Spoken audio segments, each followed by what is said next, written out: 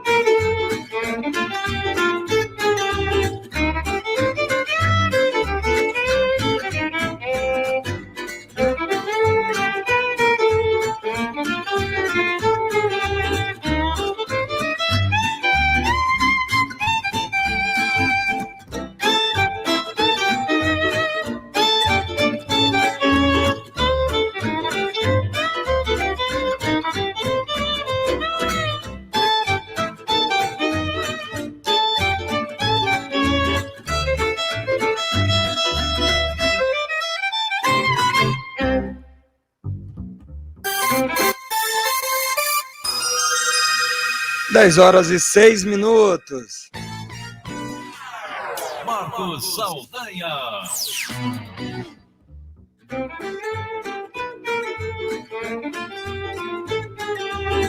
Beleza.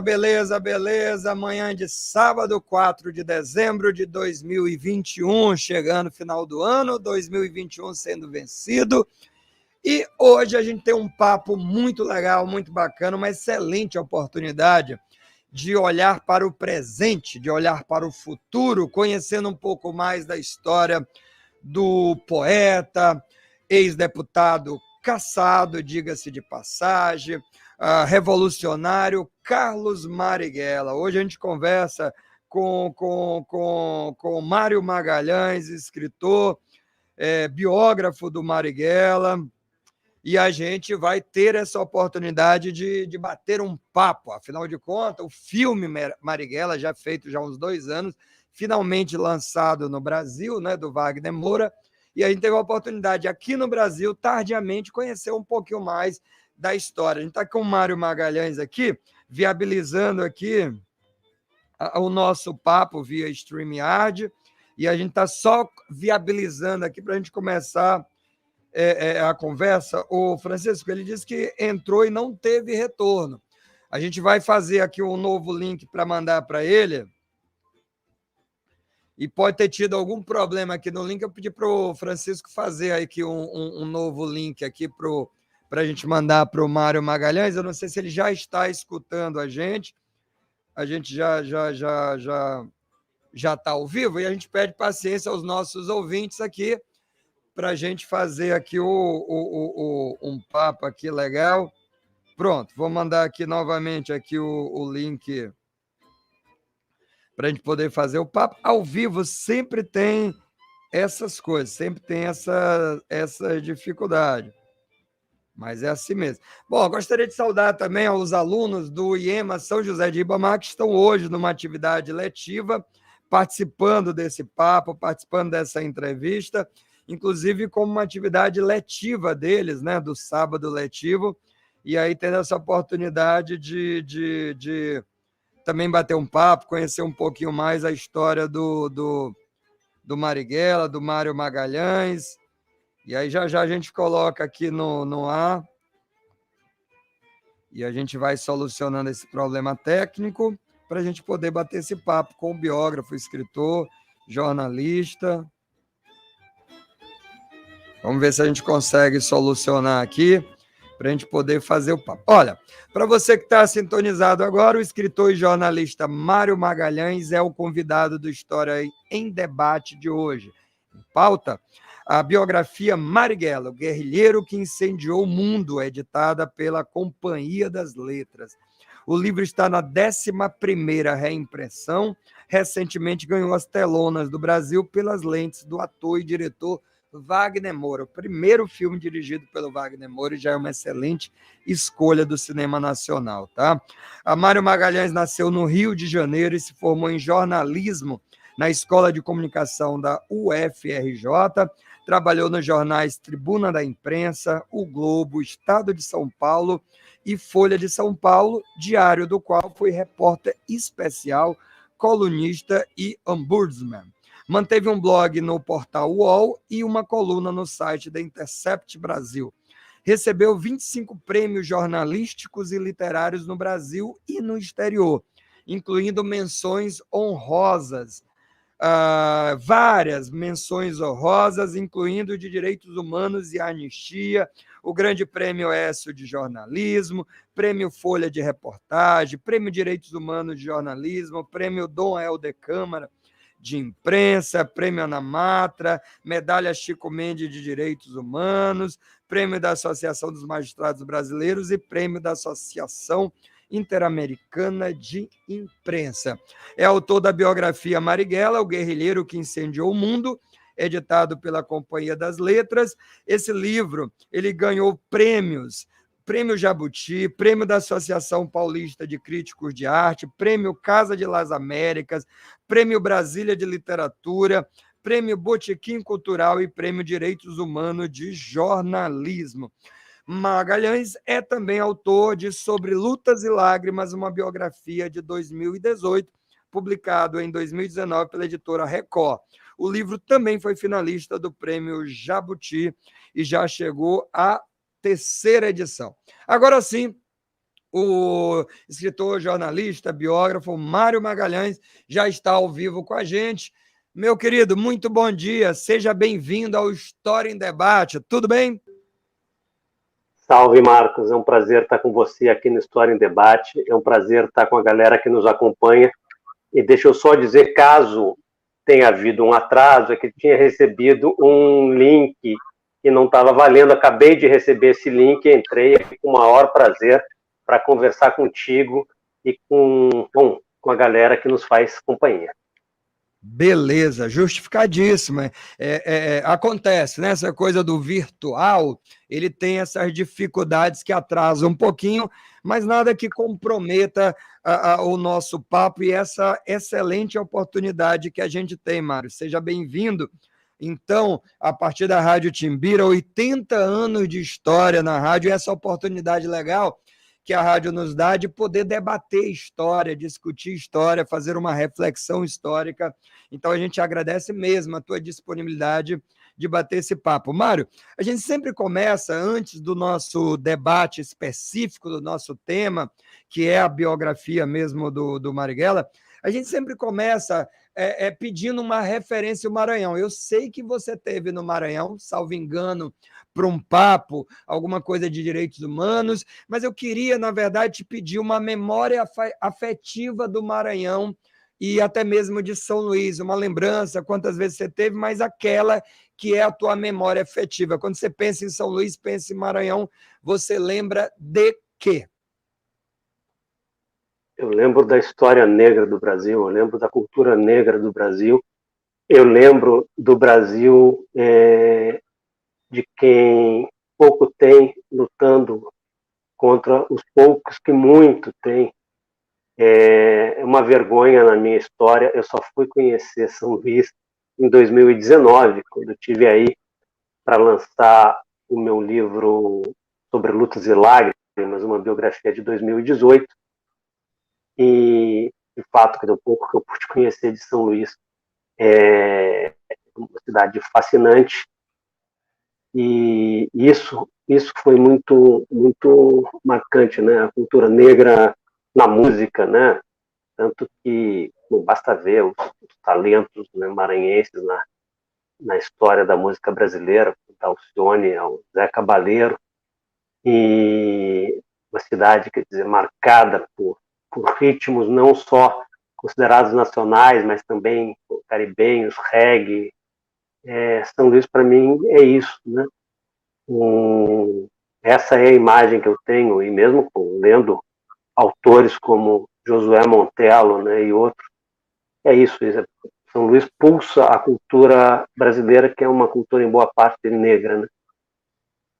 Legal, muito bacana. Bom, vamos falar então de Marighella, o livro que está em pauta no programa de hoje. E aí eu preciso já começar perguntando para você, o filme, ele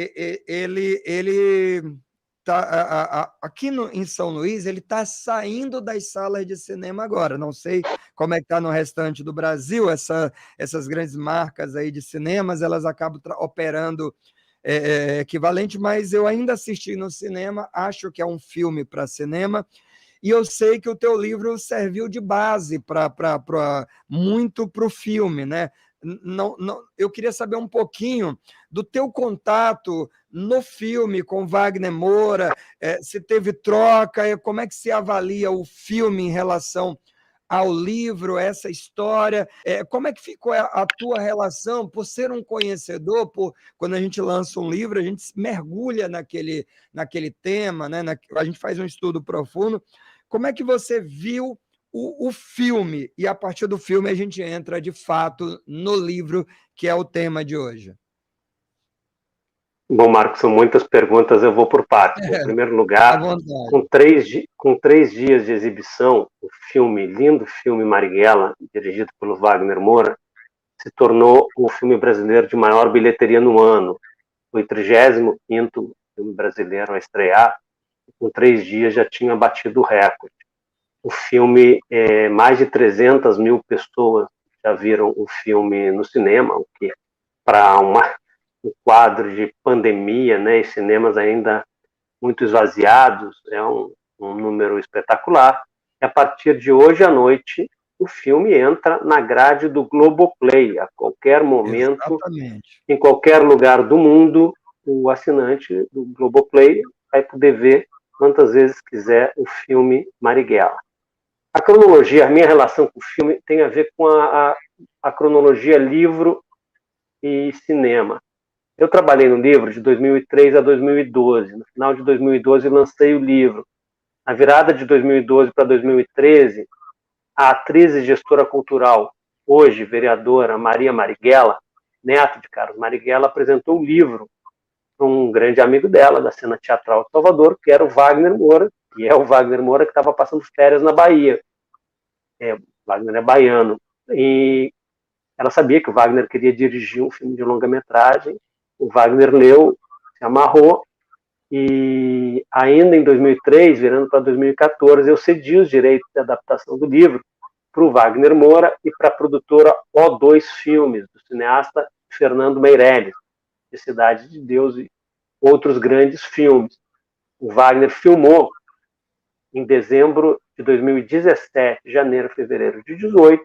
O filme estreou mundialmente no Festival de Berlim em fevereiro de 2019.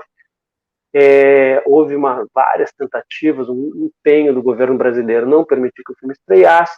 Quando o filme ia estrear, veio a pandemia e acabou chegando ao cinema só agora, em novembro, no aniversário dos 52 anos da morte do Marighella. Minha relação com o filme, fundamentalmente, são os 9 anos que eu dediquei à investigação sobre a vida do Marighella e a escrever sobre a vida dele, nesse período, 5 anos e 9 meses em regime de dedicação exclusiva, e a partir do meu trabalho que o Wagner faz a adaptação. É óbvio que eu tive muita relação com o Wagner e a equipe nesse tempo todo, né? Eu dei palestra para um núcleo guerrilheiro do elenco, seu Jorge, Luiz Carlos Vasconcelos, Humberto Carrão, Jorge Paz, Ana Paula Bouzas, Bela Camero, Rafael Lozano, Guilherme Freitas, falei do Jorge Paz, ou seja, para essa galera, acompanhei algumas filmagens, e mais o roteiro do filme é do Wagner, em conjunto, né, em dobradinha com o Felipe Braga. Agora, Marcos, a parada é a seguinte, é importante as pessoas entenderem uma coisa. Há 3 distinções entre o meu livro e o belíssimo filme do Wagner.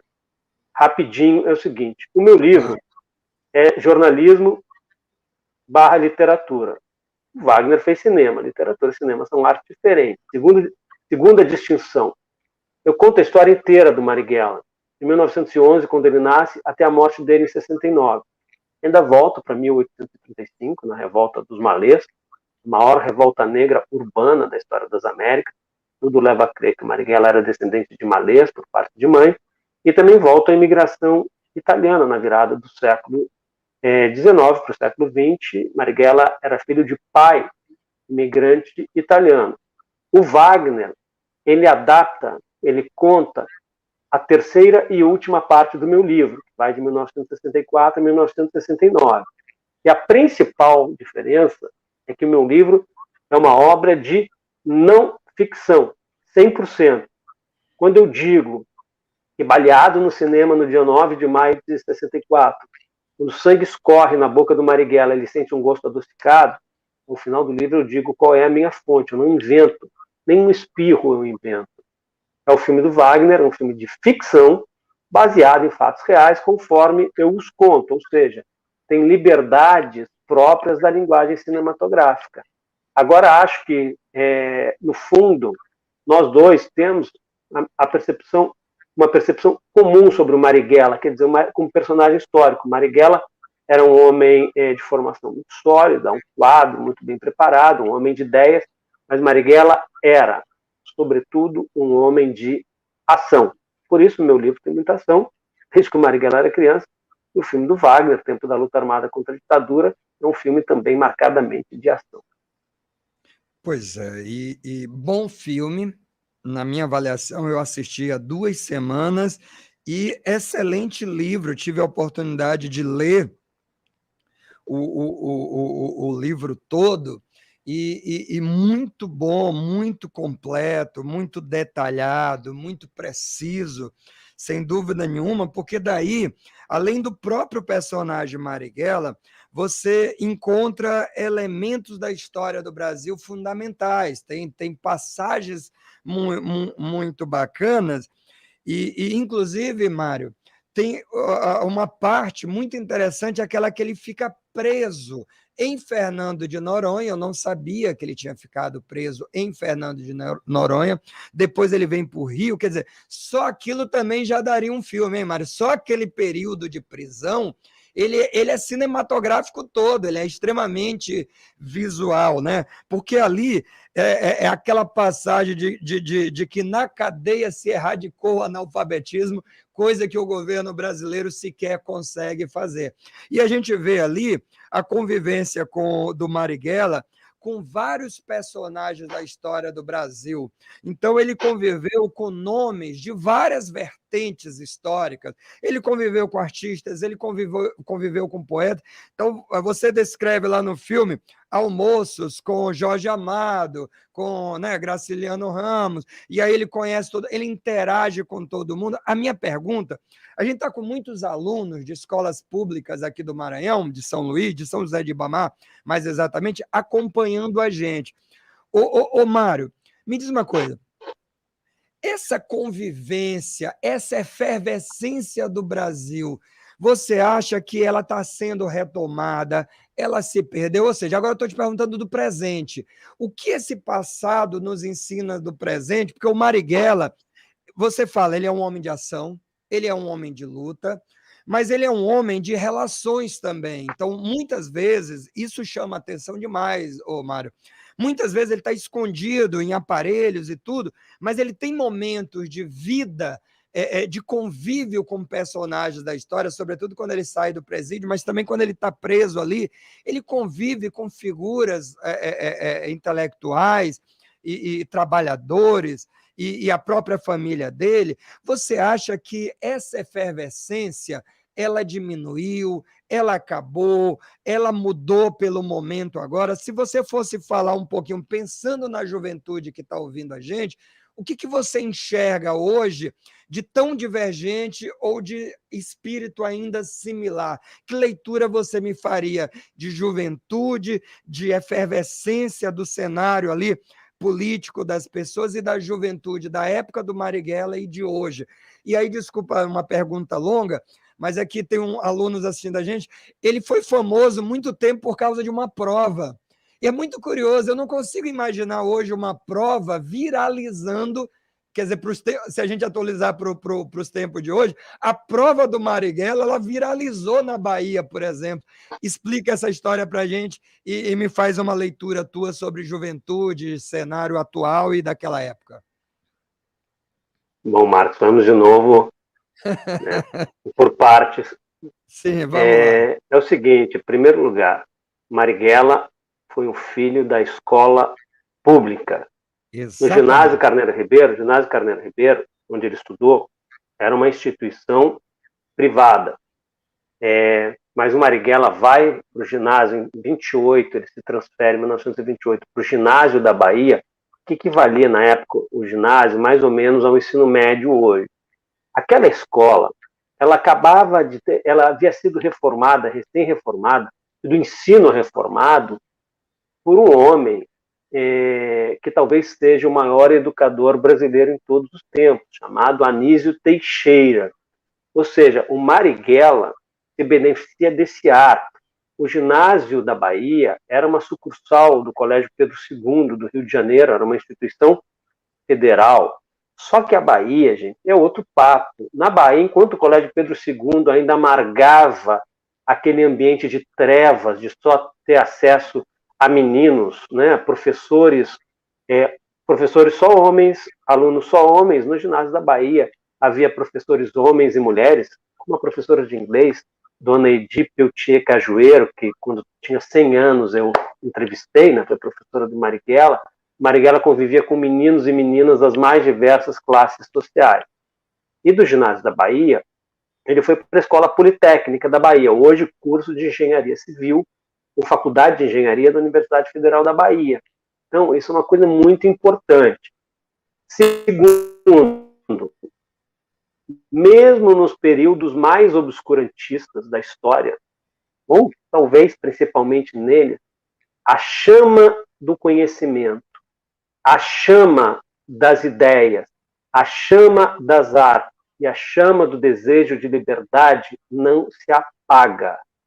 Ela continua queimando, ela continua viva.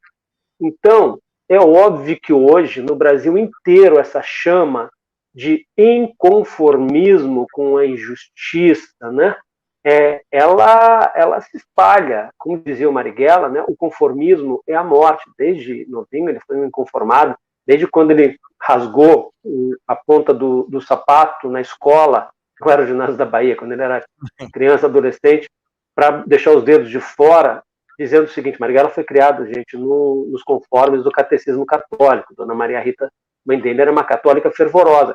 Marighella rasga, né, o sapato e deixa os dedos de fora, porque a escola a escola proibia que os alunos usassem sandália. Aí Marighella falou, poxa, Jesus Cristo usava sandália, por que eu não vou poder usar? Então, eu acho isso, e a juventude brasileira cada vez mais conhece a sua história. Gente, o projeto de esquecimento do Marighella e de silenciamento do Marighella não é uma obra só da ditadura que vigorou de 1964 a 85. Isso começa nos anos 30, e quem lê o meu livro entende bem isso. E agora, nessas encruzilhadas da história, Marcos, você falou dos 80 anos da Rádio Timbira, em 1941, veja que coincidência, onde estava Carlos Marighella? Estava em Cana, em Fernando de Noronha, preso desde 1939, pela ditadura do Estado Novo. Getúlio Vargas era um ditador, um fanático anticomunista e que tentou levar o Brasil para a órbita do Terceiro Reich, do Hitler. Esse era Getúlio Vargas.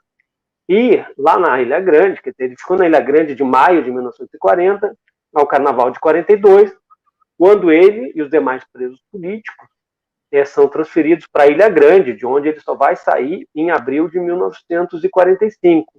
E aí a gente entra no que você não usou a expressão, mas é o elenco da história do Marighella, o elenco da biografia Marighella, que é o seguinte, para escolher um grande personagem, um grande biografado, ele tem que ter uma vida frenética, alucinante, com altos e baixos de tirar o fôlego, no caso do Marighella.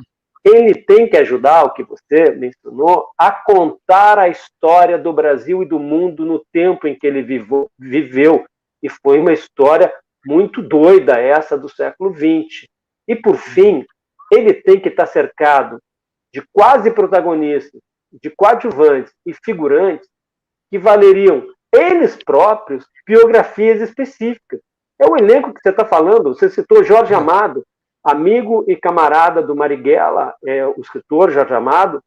Eles eram os ghostwriters, eles escreviam os discursos da bancada do Partido Comunista na Constituinte de 1946. Graciliano, escritor que também era afiliado ao PCB, o Marighella comia com o Graciliano no restaurante Furna da Onça, perto da Câmara dos Deputados, no Rio, onde hoje é o Palácio Tiradentes, onde hoje funciona a Assembleia Legislativa do Estado do Rio. Quer dizer, esse elenco em torno do Marighella é o elenco que conta a história do Brasil, seja dos amigos e amigas dele, seja dos inimigos, né? Porque eu, nesses 9 anos de trabalho, eu entrevistei alguns dos principais adversários com quem o Marighella com os quais o Marighella se defrontou. E voltando só para fechar o Maranhão, faz 6 anos que eu trabalho na biografia de um dos personagens mais amados, odiados, controversos e apaixonantes da história do Brasil, que é o Carlos Lacerda. Carlos Lacerda morava na Rua Toneleiro, onde houve um atentado célebre em 5 de agosto de 1954. Quem morava no mesmo prédio foi o senador Vitorino Freire, figura histórica do Maranhão. Olha só, interessante isso. E o Vitorino Freire participa, né? Você fala do Vitorino Freire, inclusive, com algumas ironias, né, aos discursos da bancada comunista no Congresso daquela época, né? Eu li essa passagem, achei curioso, bem lembrado, bem citado. Bacana. E Mário, outra parte que eu desconhecia, e aí o teu livro me traz, realmente, assim, a gente sabe, a história fala, não, ele foi deputado federal e pá, pronto, é isso. E aí, não, você vai acompanhando o mandato dele. Você vai, as bandeiras, o que ele vai fazendo, e eu adorei, além da parte do presídio, que eu achei muito interessante, o deputado Marighella, ele é interessante. Aí eu destaquei algumas coisas aqui. A maior parte do salário do Marighella doado para o partido. Aí tem passagem, você conta que chega a ser hilário. Um deputado eleito que não tem cinto, por exemplo, mal tem terno para usar. né, mora dividindo apartamento, não é com pessoas, é com famílias. Ele tem uma família, mãe, pai, filho, e ele está dividindo. São amigos todos, mas eu digo assim, mas ele não está só dividindo, como se diz assim, dividir um apartamento com amigo. Não é só amigo, ele está dividindo, inclusive, com uma família inteira. Então, é muito interessante. E eu acho que pouca gente conhece isso. Esse período que ele é deputado, essas privações que ele passa, porque todo mundo sabe da privação dele, e o filme mostra isso. O filme lá, para quem vai assistir, ele vai mostrar a privação de quem está foragido, perseguido, vamos dizer assim. Mas ele também, no que seria a fase boa, vamos dizer assim, que está parlamentar e tarará, tarará, ele não tem também uma vida confortável, quer dizer, ele não desfruta do luxo de nada, muito pelo contrário. Ele é um homem de partido, ele é um homem de luta, de bandeiras, mesmo enquanto ele está deputado. Fala um pouquinho para a gente desse período parlamentar do Marighella, numa época que a gente questiona tanto nossos parlamentares, e tá aí um exemplo interessante, viu? Marcos, você sabe que eu rio muito quando eu vejo, mesmo parlamentares de partidos de esquerda reclamando que tem que recolher uma porcentagem do salário para as suas agremiações, né? O Marighella, se a minha memória não falha, no livro está bem correto, tem até as declarações de imposto de renda do Marighella, eu consegui. Acho que ele recolhia para o PCB 92% do salário. E o resultado é esse que o Marcos falou. Ele só ficava com 8%. Eu anotei aqui, exatamente isso.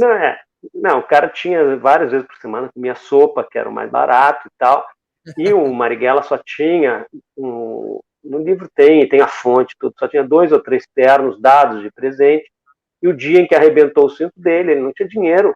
Aí ele pegou aquele cordão, sabe, de padaria, né, de enrolar. Hoje tem mais saco em padaria, mas o clássico cordão de padaria, fez uma volta e prendeu a calça. É o que dava. E o Marighella não era só um deputado federal, no caso da Assembleia Nacional Constituinte, que reuniu deputados federais e senadores em 46 para fazer uma nova Constituição, enterrando a Constituição fascista do Estado Novo do Getúlio Vargas. O Marighella era membro da mesa diretiva dos trabalhos, que na época era chamada, a gíria era comissão de polícia, né? Claro que eu não resisti, tem um capítulo chamado... Né? É a mesa da Constituinte. Aí eu meti um título lá, né, um comunista na comissão de polícia. E o Marighella é o seguinte, ele era membro da mesa da Constituinte, ele era o coordenador da bancada do PCB, 14 deputados federais, um senador, Luiz Carlos Prestes, o mais votado em todo o Brasil.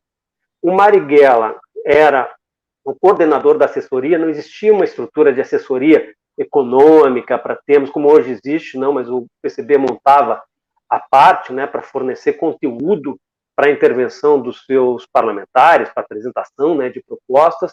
Então, e o Marighella, já falei, era o ghostwriter da bancada do PCB, junto com o Jorge Amado, ou seja, ralava pra caramba. Só que o Marighella é o seguinte, ele nunca entrou naquele estereótipo que às vezes corresponde à verdade do militante político chato, né, careta. O Marighella é o cara que organizou em 47 o bloco de carnaval do PCB no Rio, né? O bloco da Mula Manca, né? Que era inspirado, né, numa marchinha, né? Não me importa que a mula manque, eu quero rosetar, faço qualquer negócio com você, cabrocha, tanto faz, sei lá, no Rocha, ou em Jacarepaguá, pode até a mula mancar, que eu vou a pé para lá. Não me importa que a mula manque, eu quero rosetar. Rosetar, a gente tem sim um duplo sentido, um sentido só, bem malicioso. Esse era o Marighella. Então o Marighella é um cara que na Câmara também agia assim. Olha,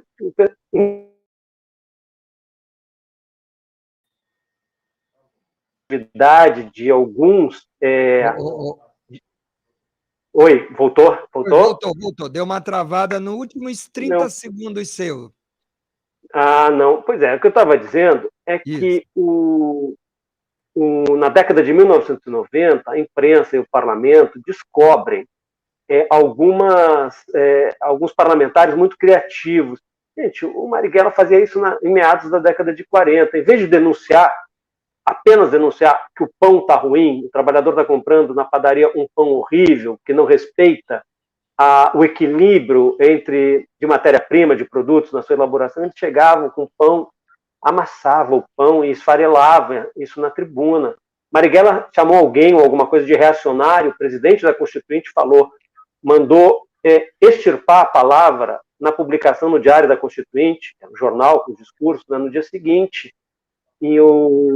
Porque seria uma palavra ofensiva. O Marighella, que tinha bacharelado para ser professor de português do ginásio da Bahia, no dia seguinte chegou carregando todos os dicionários que ele conseguiu e começou a ler o verbete reacionário. Está aqui, é vernáculo, língua portuguesa. Foi das raras vezes em que a bancada do PCB perdeu por pouco a votação, mas mesmo assim, logo a palavra reacionário passou a ser normalmente impressa no Diário da Constituinte, nos anais da Constituinte. E o Marighella, para mim, é a síntese do estilo, que é um homem muito combativo com a bancada do PCB, lutando pelos interesses dos trabalhadores e das trabalhadoras. Foi ele quem fez a defesa da introdução do divórcio na legislação. Divórcio, gente, só passou a existir na segunda metade da década de 70, o Marighella não viveu para ver. Uma lei do senador, antes deputado Nelson Carneiro, cuja casa o jovem Marighella frequentava porque o irmão do Nelson Carneiro, na Bahia, Edson Carneiro, jornalista, etnógrafo, ele era comunista.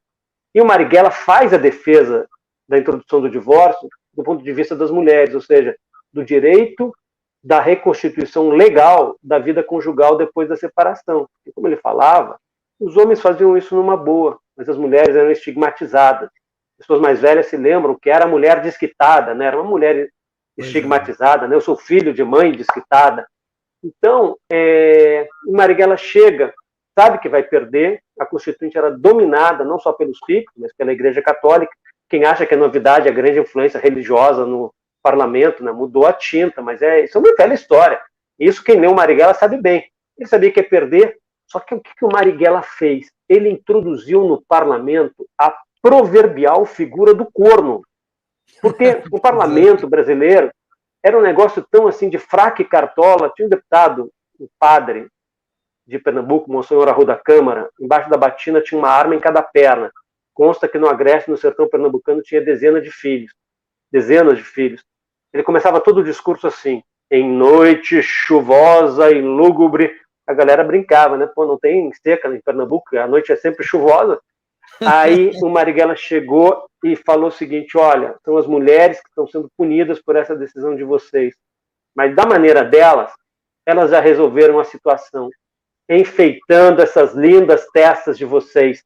Literalmente não é isso, está no livro o que ele falou, mas, ou seja, disse que as mulheres chifravam os caras porque eram uns cretinos.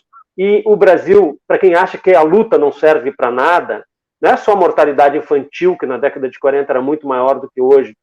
Centenas de membros da Assembleia Nacional Constituinte, entre deputados federais e senadores, entre centenas de membros, não havia uma só mulher. Eram homens, poucos, como Marighella, que iam denunciar, por exemplo, a humilhação das operárias numa fábrica da Bahia, que durante o dia inteiro só tinham 5 minutos para ir ao banheiro e esse tempo era minutado. Esse era o Brasil. E é nesse Brasil que o Marighella viveu e no qual ele lutou. Pois é.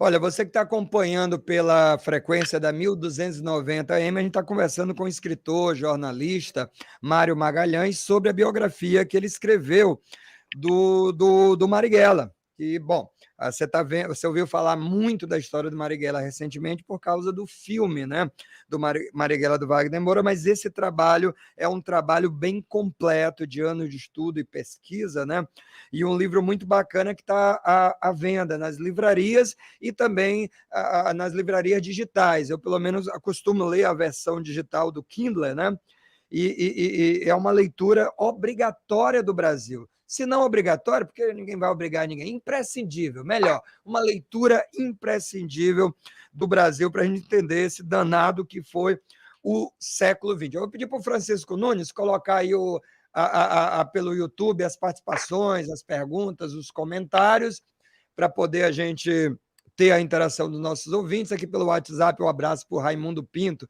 da cidade de Brejo, acompanhando a gente aqui, na audiência aqui pelo WhatsApp, mas tem a turma que está assistindo também pelo TV Timbira no YouTube, tá?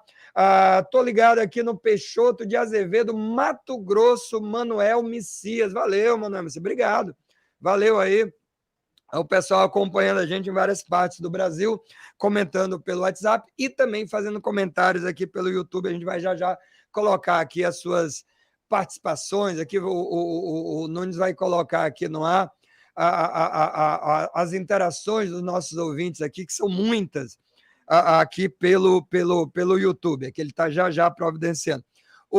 Mário, ainda dessa questão do parlamentar, eu queria chamar a atenção para uma coisa, que é a luta do Marighella. Você descreve lá no livro muito da questão da separação entre a igreja e o Estado. Talvez esse tenha sido um grande eixo dele, né?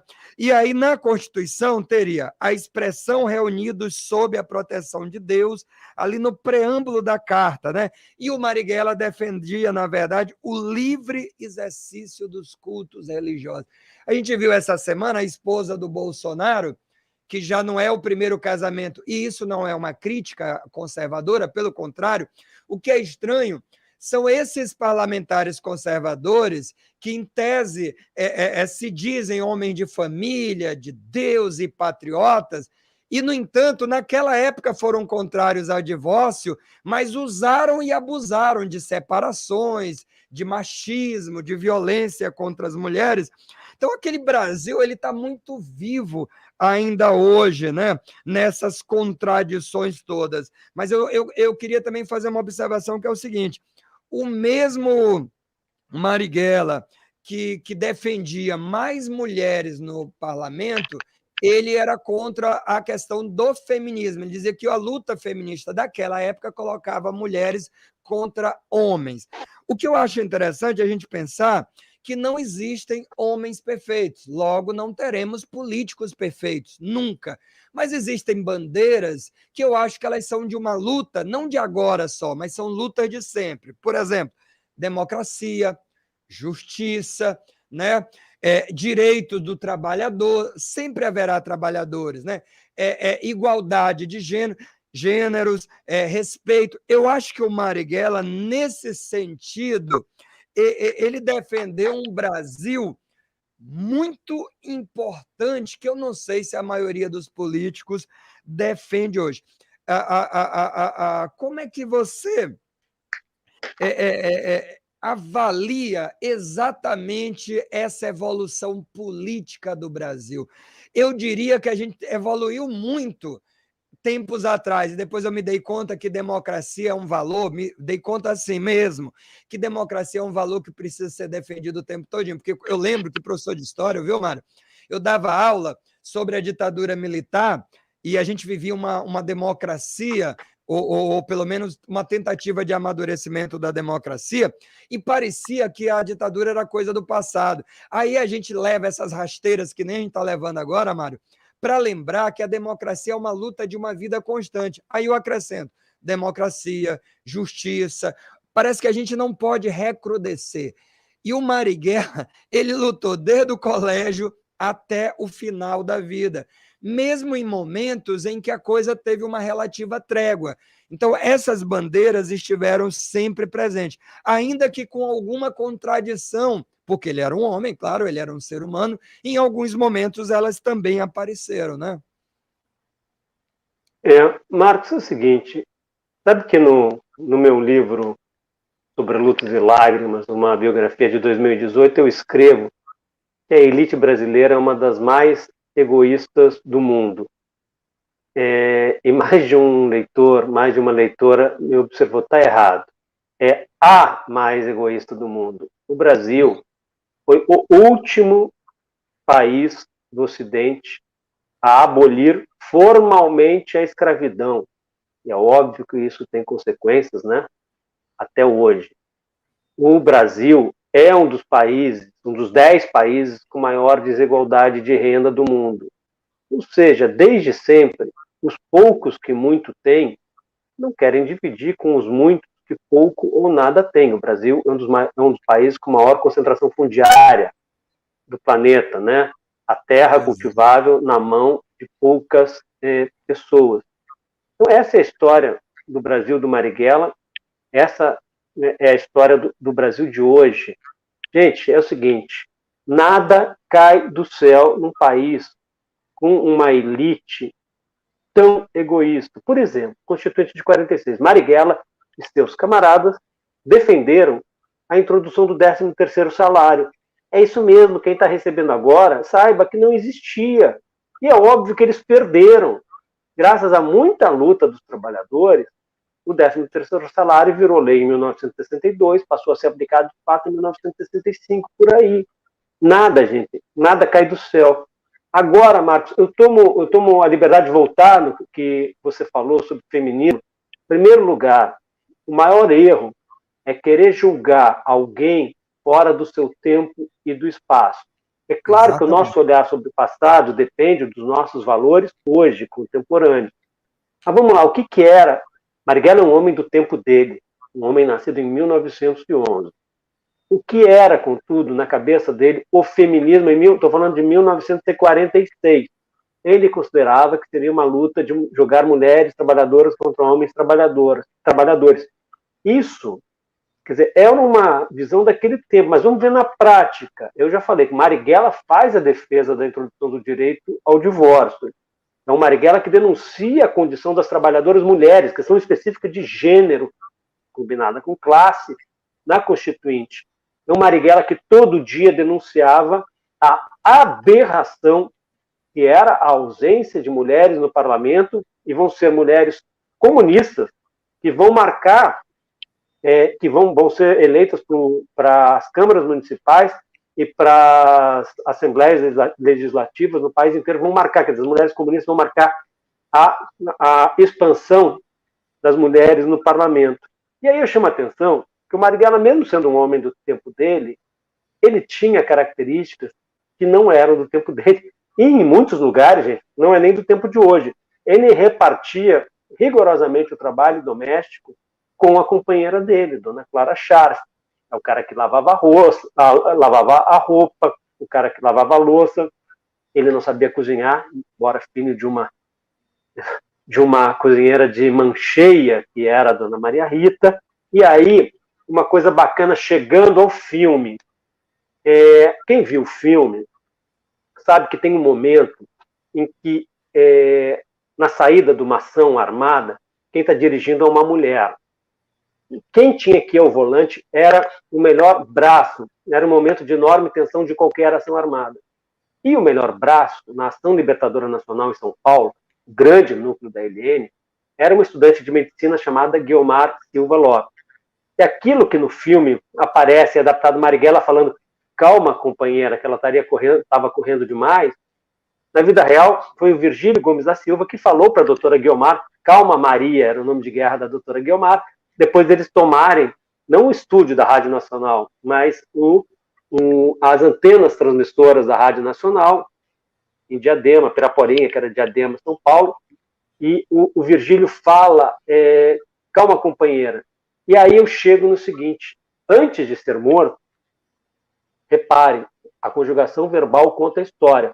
Marighella não morreu, Marighella foi morto, pelo menos 29 agentes da ditadura, armados até os dentes, contra um homem só e desarmado, não há confronto, há execução, há assassinato. Mas muito bem, o primeiro comandante militar da ELN foi o Marquito, que é uma inspiração para o personagem do Humberto Carrão no filme. O segundo comandante militar, o Marquito é assassinado, é o Virgílio Gomes da Silva, a nítida inspiração do personagem do Jorge Paz, no filme, naquela circunstância que quem viu ou leu o meu livro sabe que ele reivindica a condição de brasileiro e de patriota. E o Marighella nomeia um novo comandante militar da ELN. Só que não foi um comandante, foi uma comandante. O Marighella nomeia para dirigir o grupo tático armado da ELN de São Paulo, maior da organização, uma mulher, que era a hoje doutora Guiomar Silva Lopes. Ele escolheu uma mulher para comandar militarmente a organização, e não um homem. Eu acho bem interessante isso. Pois é isso mesmo, né? Então, essa avaliação é importante. Teve um delayzinho na fala aqui, mas a gente tá acompanhando. Olha, o pessoal pelo pelo YouTube, está comentando muita gente, Isabelle, Ana Paula, Heloísa, a Kelly Santos, Emily, o Elton, a Raina, o Adonias, a Vivian, a Esther, todo mundo dando bom dia, o Renato também, Ana Carolina dos Santos, Oséias, Cleiciele, Vivian, bom dia a todo mundo. Ariel Tavares, que tem um livro fabuloso, foi um entrevistado do sábado passado, e ele faz uma pesquisa exatamente sobre a questão do comunismo nos jornais ali dos anos 30, sobretudo 35, como é que as expressões comunismo, elas entram nos principais jornais de São Luís, foi uma conversa maravilhosa, né? Então, essa bandeira anticomunista aqui no Maranhão, ele faz um excelente estudo, o papo fica gravado na TV Timbira, você pode ir lá e assistir, muito legal, ele está parabenizando, parabéns a todos que fazem esse programa maravilhoso e necessário. Também dando bom dia a Tainá, o Richard, o Ariel ainda diz assim, obrigado por divulgar conhecimento histórico a toda a sociedade brasileira, particularmente a Timbira. Beleza. Também dando bom dia a Loreno, Samuel, Milena, Zema Ribeiro, grande jornalista cultural. Repito o que disse grande Zema. Gente grande. Sempre inspirador ouvir Mário Magalhães, um daqueles que ainda acreditam e fazem jornalismo com J maiúsculo. Entrevistado por Marcos Saldanha, então. O Zema contou uma história sua com o JB, que já teve aqui, né? Ele me contou que o JB aí agradece que você salvou aí o pescoço dele no jornal que vocês trabalhavam aí, que ele teria sido demitido, e você, não, vem para cá, puxou para a editoria e segurou a onda dele. Aí ele contou essa história aí, o Zema, do JB Medeiros aí. Abraço, JB, para você também. Bom, tem mais aqui gente, muita gente acompanhante. O Elton dizendo, hipocrisia resume essa direita conservadora. Que aula de história do Brasil, muito obrigado. Aproveitando a discussão sobre democracia, pergunta ao Mário como ele explica a construção do Marighella como terrorista, que a elite até hoje difunde, porque essa imagem encontra recepção entre muitos. Perfeito, Ariel. Eu ia entrar nisso, ainda mais quando a gente tem vários alunos acompanhando a gente. É possível que o aluno conheça Marighella, que faz tanta coisa, mas o termo terrorista ainda seja usado para definir. No filme, tem um momento que o seu Jorge ele olha para a tela e fala, é terrorismo mesmo. Mas você vê o peso que ele fala ali, exatamente no que diz respeito à luta que está sendo feita. Eu acho que essa é uma pergunta boa para se fazer, hein, Mário? Ainda continuamos na mesma badalada lá dos anos 30, né? Associar o Marighella como terrorista, hein? O Brasil precisa conhecer melhor as pessoas e a sua história, né? Fale sobre isso para a gente, por favor, mano. Marcos, a parada é a seguinte. Terrorista era a ditadura que sequestrava as pessoas, prendendo-as sem mandado judicial, e torturava os oposicionistas, que executava seres humanos sob custódia do Estado e que escondia os seus corpos, o crime imprescritível de desaparecimento forçado. Nem a lei da ditadura, gente, autorizava esses crimes. É bom deixar claro. Crimes todos, mesmo considerando a Constituição e a legislação impostas pela ditadura, eram ilegais. Então, isso em primeiro lugar. Segundo, eu fiz o mais completo levantamento de documentos da Ação Libertadora Nacional, organização co-dirigida pelo Marighella, o maior grupo armado que lutou contra a ditadura, e de documentos assinados pelo Marighella.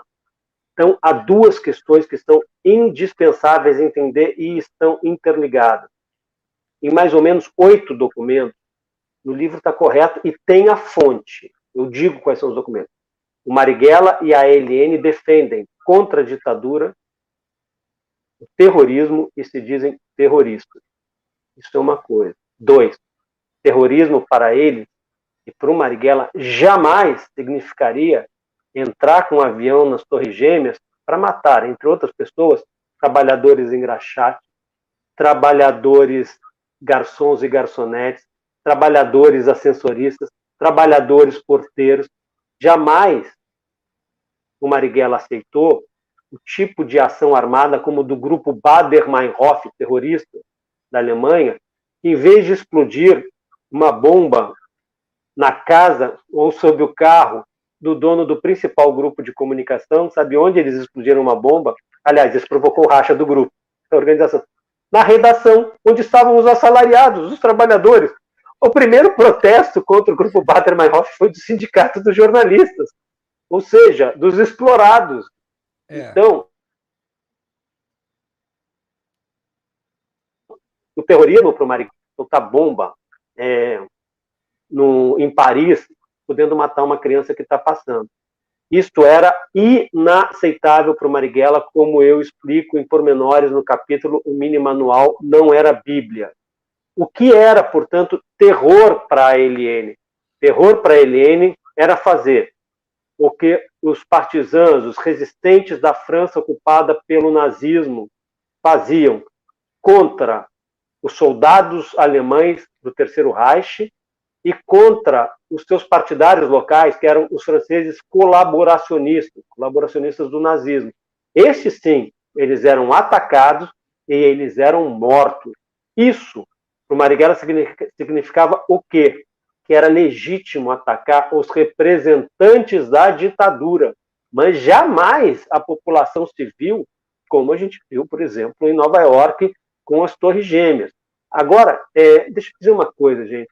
Falando em religião, São Tomás de Aquino, um dos maiores teólogos da história da igreja, era dominicano a propósito. Os frades dominicanos tinham um núcleo da ELN.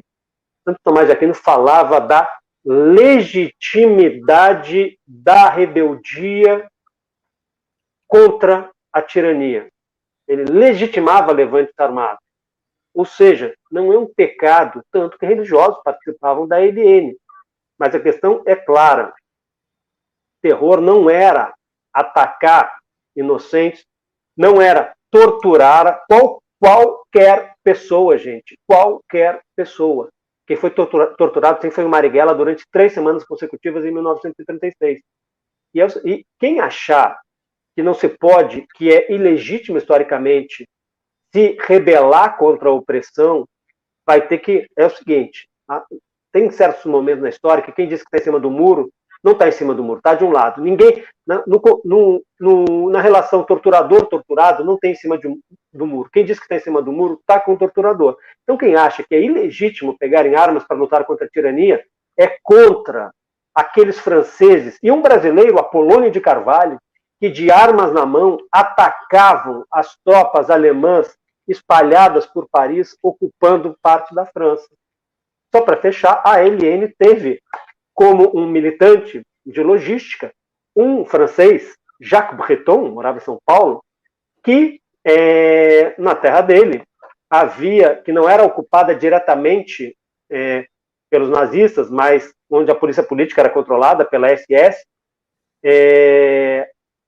e ele atacava os nazistas, era o Klaus Barbie, era o nazista que estava lá.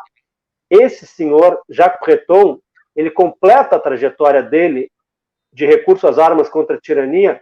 Ele era um homem, ele ficou rico no Brasil.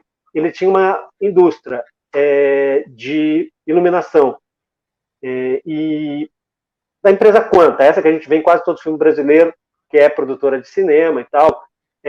E aos domingos, quando a fábrica não estava funcionando, o Jacques, que eu entrevistei, cedia as instalações para a ELN produzir bombas não para serem jogadas na rua contra inocentes, mas contra os representantes da ditadura.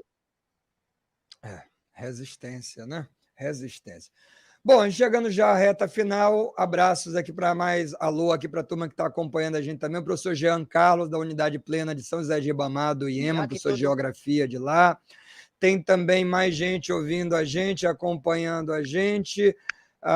Vamos lá, Lindimara, Israel, o Felipe Gomes, Alderico Almeida, a Rebeca Souza, o Zema lembrando que o aniversariante de ontem, o JB Ribeiro, olha aí, o JB Medeiros, JB, abração para você, parabéns, cara.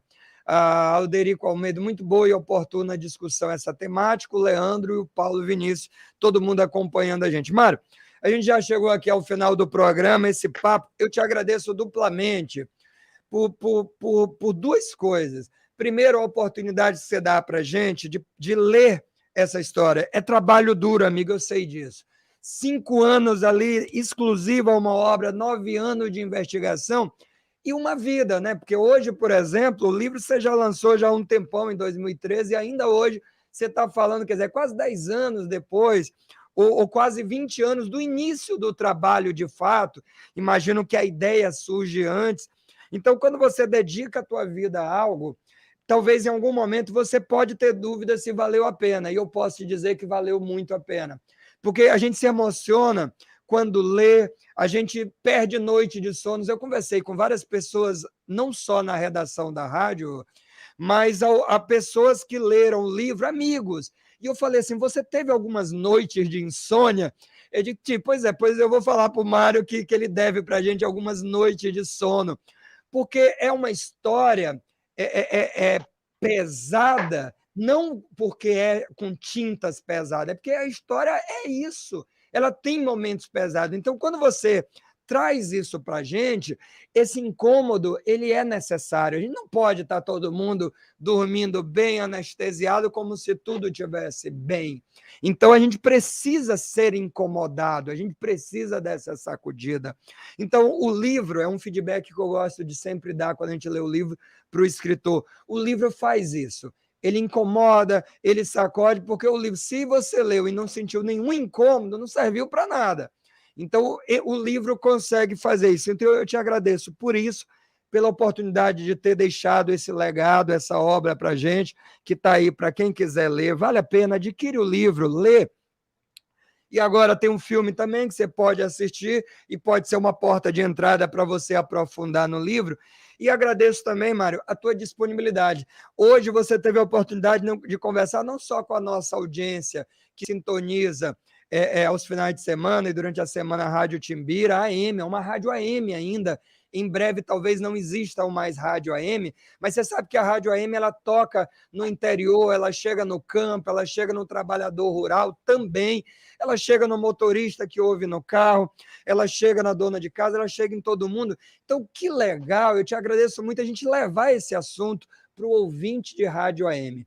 E, além disso, a gente está conversando com uma meninada ali de 14, 15, 16, 17 anos, alunos da rede pública do IEMA São José de Ribamar, que estão numa atividade letiva, participando dessa atividade hoje. Eles fizeram atividade, trabalho sobre o Marighella, pesquisaram e tudo, e hoje estão acompanhando a gente. Então, é um público muito amplo, e eu te agradeço a tua generosa disponibilidade para conversar com essa nossa audiência. Obrigado mesmo, viu, amigo?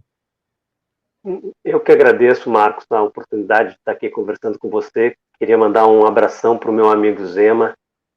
E, cara, é o seguinte, biógrafo não tem nem desquite, nem divórcio, não tem ruptura com biografado, é para sempre.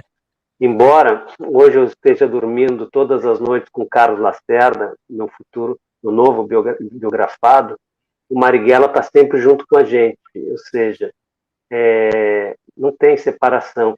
E aí eu vou contar rapidinho 2 coisas sobre rádio.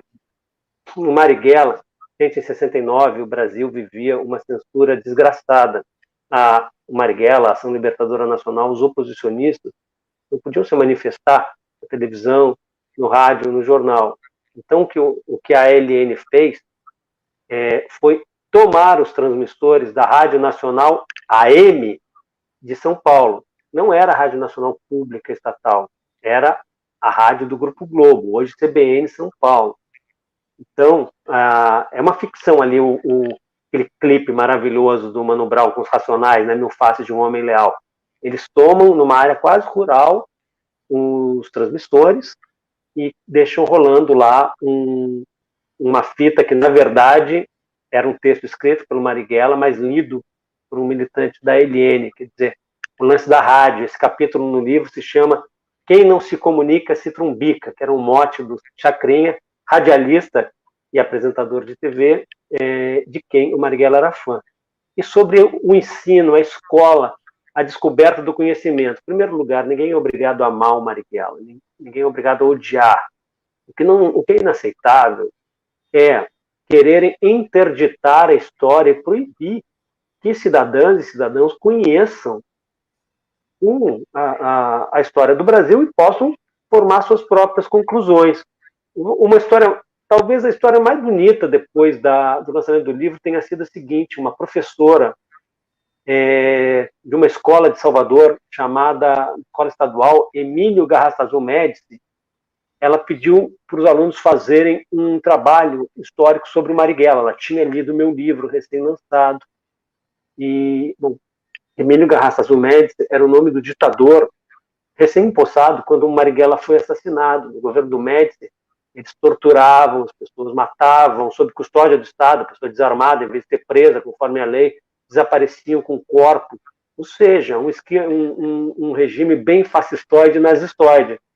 E a partir dali, os estudantes tomaram a iniciativa e houve uma votação entre estudantes, pais, mães, professores, funcionários da comunidade, e decidiram que a escola não teria mais o nome do ditador.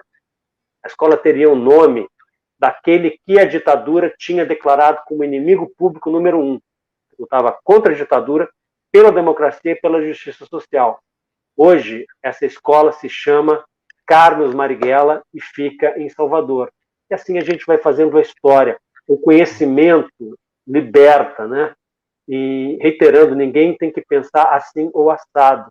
Mas para a gente ter opinião e formar juízo diante da história, a gente precisa conhecê-la. Valeu, galera. Valeu. Aquele abraço para vocês. Bom sábado. A partir das 9h30 da noite, eu acho, o Marighella já está no Globoplay, vai ficar durante anos para ser visto, o filme do Wagner. Um sábado e bom domingo.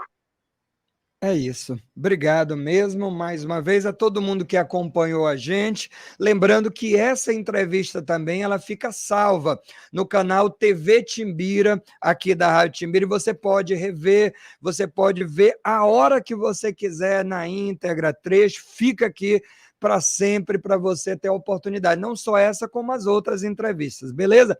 Próximo sábado a gente está de volta. A professora Milena Galdês vai estar com a gente, vai falar um pouquinho sobre a toponímia do interior do estado do Maranhão, nome de cidades, nome de lugares, sobretudo Médio Mearim, que é uma região que ela pesquisou. E muita gente tem curiosidade sobre os nomes que são colocados na cidade, e a gente conversa com ela, que é maranhense, professora maranhense, e a gente tem essa oportunidade desse bom papo. Então, todo sábado, você já sabe, 10 horas a gente tem encontro aqui. Daqui a pouco tem Balaio Cultural, Zema Ribeiro Giza Franco, excelente programa de cultura, você fica ligado. Vale muito a pena você acompanhar sempre excelentes entrevistados, a cultura maranhense e brasileira, o melhor da cultura brasileira e maranhense aqui. Beleza? Forte abraço para todo mundo. Mário, obrigado. Excelente final de semana, muita saúde. E em breve a gente se encontra de novo aqui para falar sobre Carlos Lacerda. Vai ser um prazer, já estamos ansiosos para ler, né, a biografia que você vai trazer para a gente. Bom trabalho, viu, amigo? Saúde, te cuida.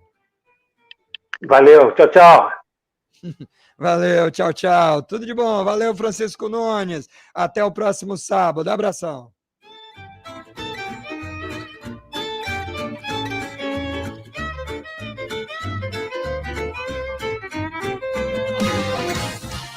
Você acabou de acompanhar mais uma atração da Timbira AM. História em debate. Fique ligado na Rádio Timbira.